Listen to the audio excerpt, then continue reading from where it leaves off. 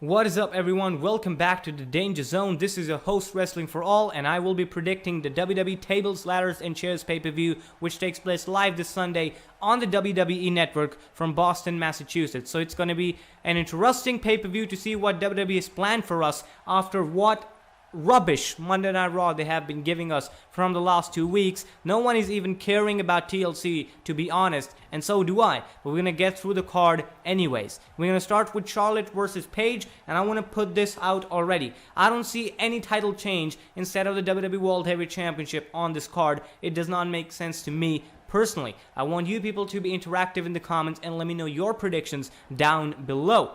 So Charlotte versus Paige, we have seen this match before on Survivor Series. We have seen this match and we know what these girls can bring when they are in that ring.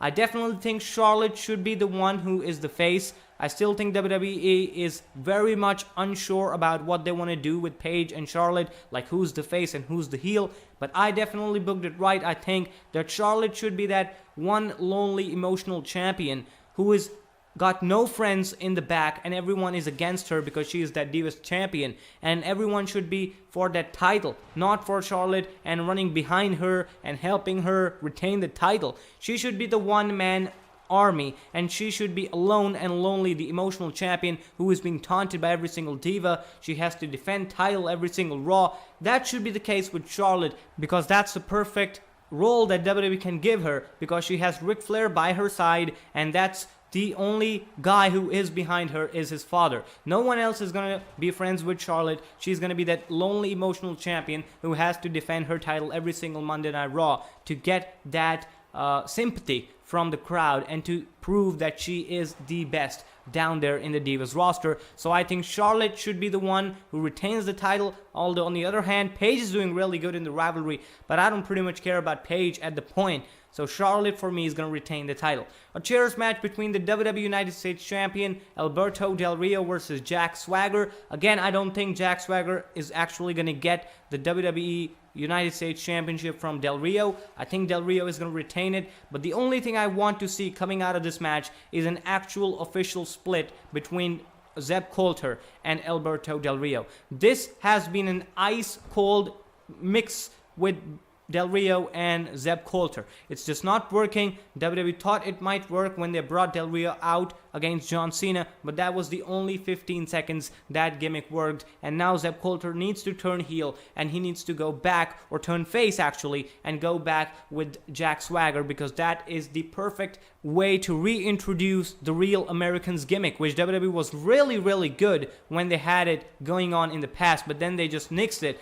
and now we have a chance to get that look coming back, and I think definitely that would be a good idea. But Del Rio anyways is going to retain the title at TLC. We have a ladder match between the New Day, Lucha Dragons, and the Usos. I think WWE might pull a swerve here and give the new Lucha Dragons the title, but the way New Day are right now, they're absolutely fire hot, and I don't want them to lose the title. This should be a great six-man tag team championship match, a ladder match, and I definitely think the New Day are going to get the victory, and they're going to retain the title simply because how they have been applauded by the crowd recently. It's absolutely amazing, and I don't want to take their momentum off by having them lose their titles. So for me, they're going to retain the tag team championship.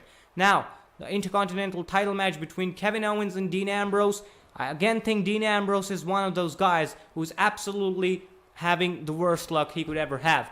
WWE is absolutely unsure about what they're doing with Dean Ambrose. One night he's fighting with Roman Reigns in the finals of the WWE title. The next night he's coming back to Kevin Owens. He's fighting for the IC title. He's fighting with Roman Reigns again. He's joining the family. He's not going with Kevin Owens, and yada yada yada. WWE is not doing the things which have to be done the right way. This story has nothing behind it which I can look to before I go and watch this match. Why are these guys fighting? Why are these guys even in a match together in the same ring? What did Dean Ambrose do, or what did Kevin Owens do? He just ate an apple in front of him, and that creates a rivalry between these two. That's pretty good of WWE. So I don't care about this match, but Kevin Owens definitely has to retain the title, and Kevin Owens is going to retain at TLC 2015. Coming to the Elimination Tables match, Wyatt Family versus Team ECW, and I told this a lot many times to my subscribers on the channel, and listen, people, this match has to go in the favor of Wyatt family. I don't care who's on the opponent side, alright? If it's the Dudley Boys, if it's Rhino, if it's Tommy Dreamer, I don't care. Because the Wyatt family is one of those factions where people are not caring about. Every single time Bray Wyatt comes out and speaks some big words out of his mouth, those result in a loss every single time. He has been losing to Roman Reigns in the past. He has been losing to the Brothers of Destruction then, and now he's going to probably lose to the Team ECW. I don't see that happening. I definitely think the Wyatt should win it.